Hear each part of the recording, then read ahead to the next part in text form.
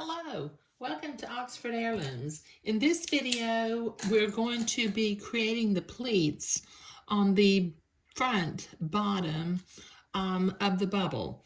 Now, there's a line where we have to fold, a line where we have to bring the fold to, another fold line, another bring the fold to here line, fold line, and then another line. So what I have done preliminarily on the fold lines only, not on the lines where I have to bring it over to, I have, with my friction erasable pen, I have drawn a straight line so that I can make sure that my front pleat is straight. I marked one piece of the bubble left, and then on the other side, I've marked it right, and I've drawn the same lines over here. What I have also done with my pattern piece, I have transferred my pattern markings. I've got two water-soluble blue dots on both the crease and where the crease goes to, where I'm going to attach the tab that will be on the front of the bubble. I've got a dot, a blue dot where the button for the tab will go. And I've got a little dot down here at the bottom where I'm supposed to stop the elastic. And that's very important. Okay, so let me take my pins out up here. And I'm going to begin to finger fold my creases. Now I need to make sure that I make mirror image left and right pieces. That's why I wrote left and right on my bubble. I need to fold the creases and then baste that into place. Okay, all right. So I'm going to start with one piece, and I'm going to finger fold along this line.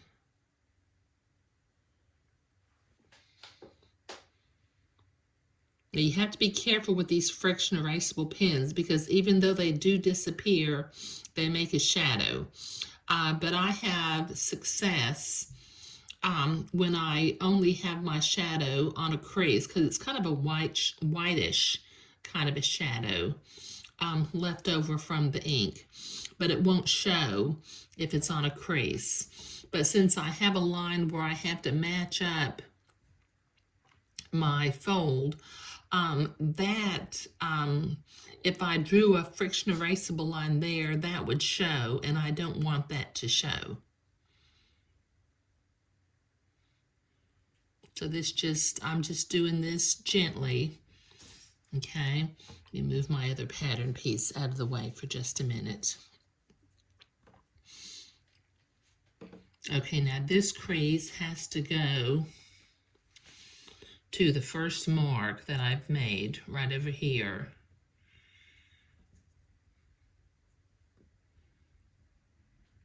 Line up those marks and put a pin in there. Do the same thing up at the top. Line up the crease and the mark and put a pin in place.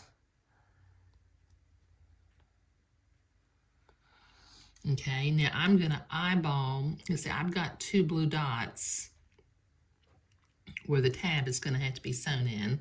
So I'm going to finger fold the crease behind. Okay, that gets my first crease into place.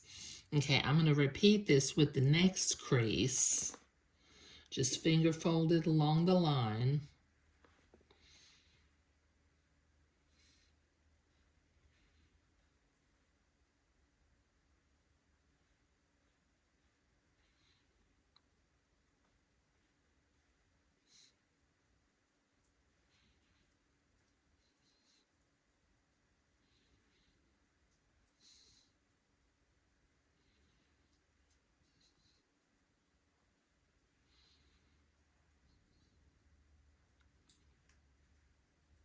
It's a nice thing about Swiss Batiste is you can finger fold it and it makes a nice crisp crease.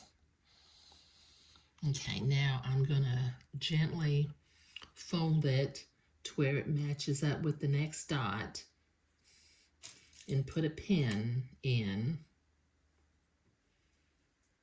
top and bottom again.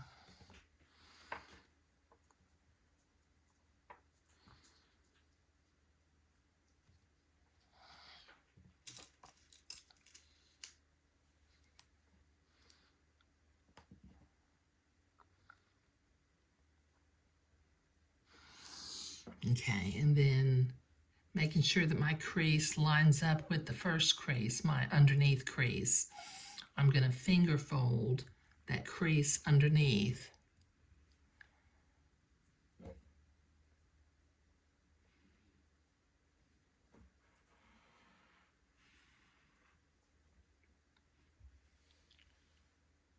And then a little bit, I'll take this to the ironing board and press it nicely. But I couldn't press it with the iron right now because obviously the friction erasable pin lines would disappear. Okay, so I've got one more crease.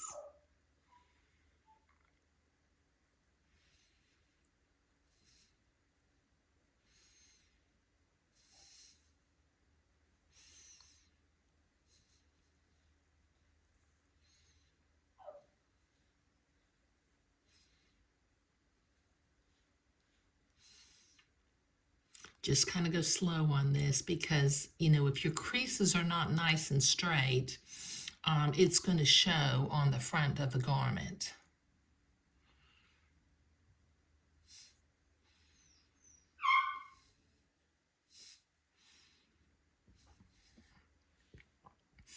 Okay, and once again, making sure that my crease behind lines up with the crease next to it. I'm going to line up my dots again and put a pin in.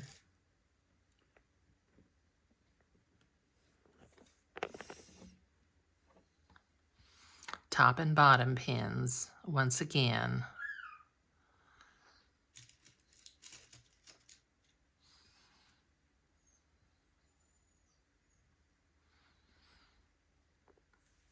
And then once again, I'm going to make sure that my crease behind lines up with the crease on top and finger fold that crease into place. And then in a minute, I'll go to the ironing board and press that with the iron.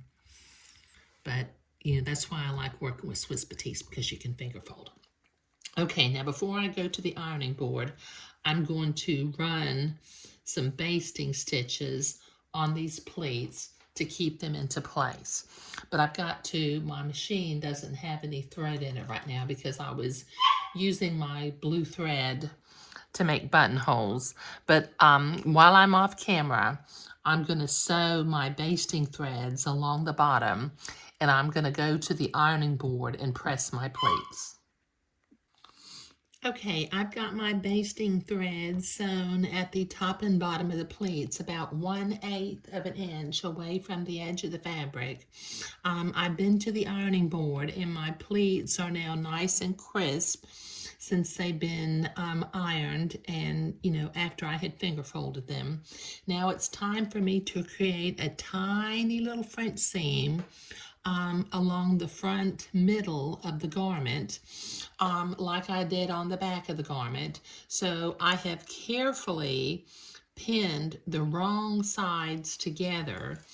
And on my first pass of the French seam, I'm going to sew a seam that's about 1/16 of an inch wide, because I've only got a 1/4 inch seam allowance. So this has to be a very tiny little French seam. So I'm going to go slow and maintain control over the edge of the fabric and make sure that I'm getting about a 1/16 of an inch seam in my first pass.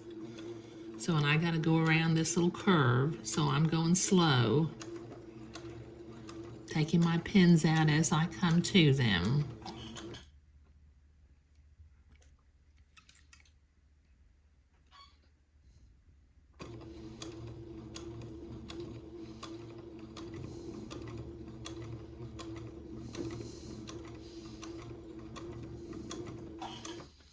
And then when I get this seam done, I'll go to the ironing board and press it to one side.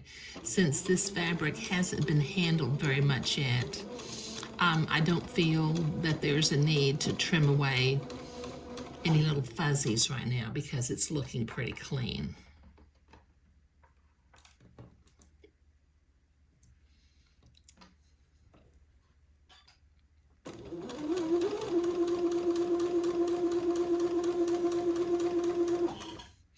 Okay, this will take me a minute to get up to the top of the bubble and go to the ironing board and press it, so I'll be right back. Okay, so I have been to the ironing board and I pressed that seam to one side and I finger folded the seam flat. So I'm going to come back and do the second pass of this tiny little French seam at about 1/8 of an inch away from the edge of the fold.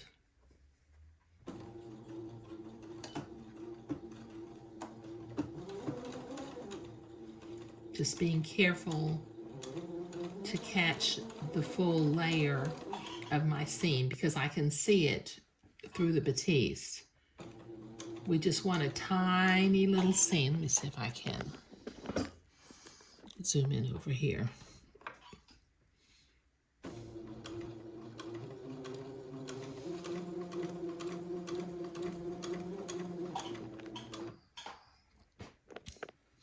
These tiny little seams are not the easiest thing to do, but they are doable.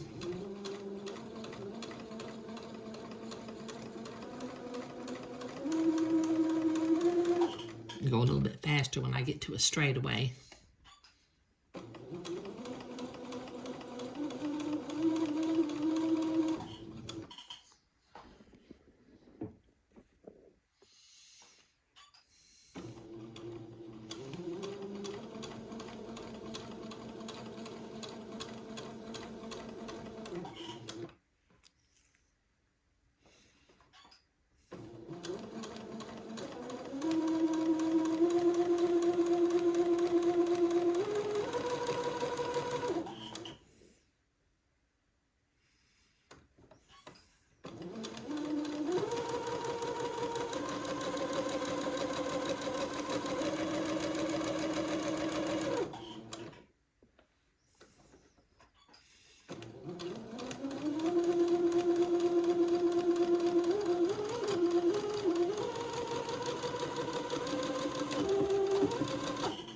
There. That makes for just a tiny little French seam. Okay, now I'll go to the ironing board and press that seam to one side, and then we'll be ready to begin working on the tabs that go on the front of the garment. But creating the creases today and sewing the tiny little French seam along the front of the garment was what we were doing. Thank you.